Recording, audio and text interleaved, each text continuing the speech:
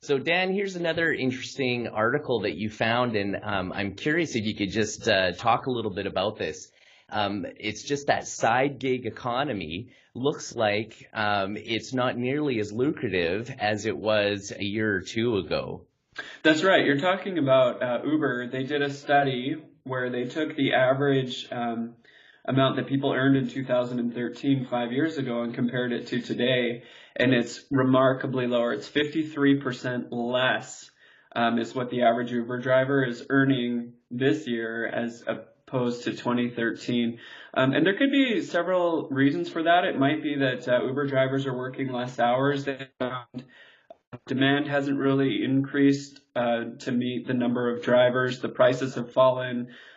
There's more competition with Lyft and other things. People are doing the scooters now. Are they doing scooters in Edmonton? I haven't seen any scooters, no. They're pretty cool. When you come out here to LA next time, we'll go to Santa Monica. Yeah, it's full of people on scooters, millennials out everywhere, outside of their cars, in the community. It's fun to watch.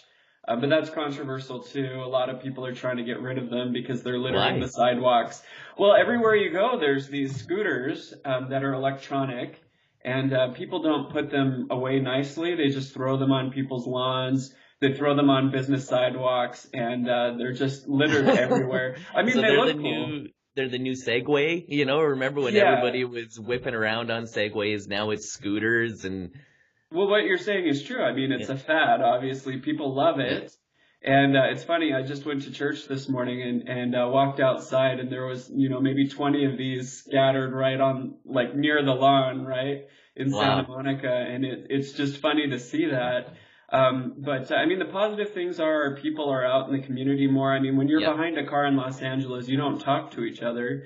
At least you can make eye contact with people, and it's fun. I see people out on dates, two people on a scooter. They're going up and down the path, on the boardwalk. It's a lot of fun. So I'll have to show you that next time you're here. That'd be great. Maybe you can tweet out a picture of those. So to get back to the side gig and how it's being affected, is the fact that it's harder to make money in a side gig because prices are getting more competitive, is that better for the consumer?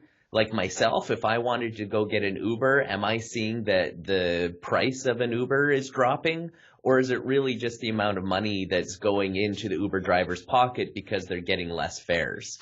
Perhaps, but you'll find with surge pricing, there's times of the day where it really is more expensive. So I don't really know how much you're saving as a consumer. Mm-hmm. It's frustrating. I mean, the taxi drivers that were here 20 years ago and have been working ever since, some of them have switched over to Uber, and I just feel like their paychecks keep getting cut. And I think maybe even in the next 5 years, we might see robots take over and have self-driving Ubers.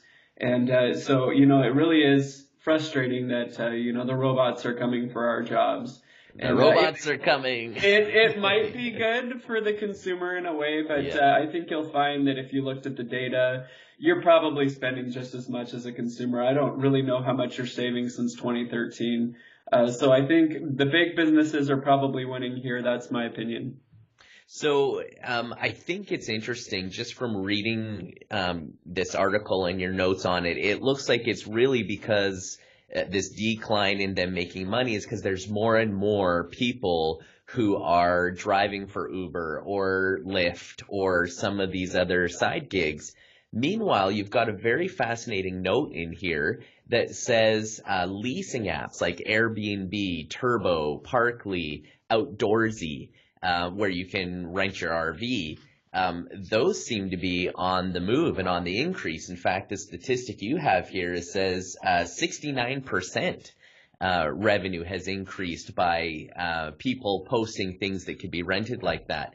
I'm a big numbers guy, So if you look at the numbers, back in 2013, monthly on average, people doing Airbnb and other things leasing out their properties, they would get $783 a month, and now it's $1,469. So it's almost doubled. And Airbnb is huge here because people love to come down here and experience the sunshine And, people are taking more advantage of that with their properties. So that's positive. But I think when it comes to Uber and other ride sharing apps, things are just going down.